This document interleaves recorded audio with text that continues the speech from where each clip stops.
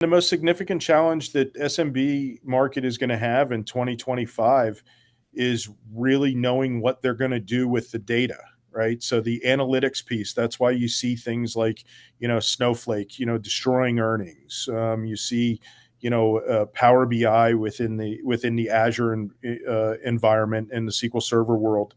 They're becoming super powerful, right? And when you do that, you're creating workflows and rules that allow organizations to be able to scale, grow, win.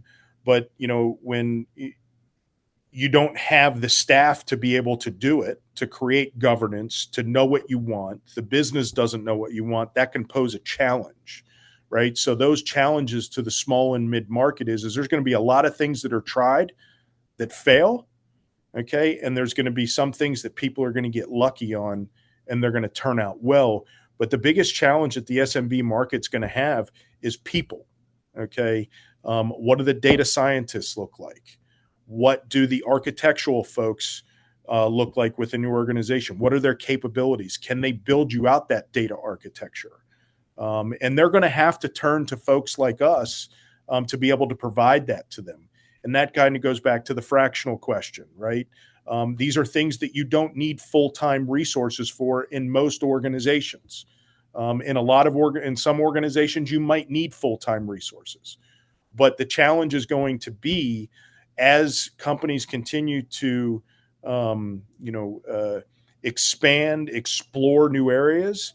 The SMB market is always going to be challenged with, okay, do I have enough money to compete with the big boys in their R&D budgets? What does their infrastructure look like? So that small to mid market challenge is probably not going to be any different than any other challenge that they've had in the past. I think now the way they look at it is there's so many moving parts. They really don't have a choice but to come to an organization like DataStrike where we can have one contract, multiple people on that contract with multiple levels of talent in different areas that can help them achieve their goals. So that's kind of, that's where we fit extremely well with organizations, say less than 3 or 4 billion in revenue, because we can bring multiple talent levels and multiple people to the table to support multiple areas of an infrastructure that will allow them to achieve goals, but not have the same expense as maybe a larger organization would.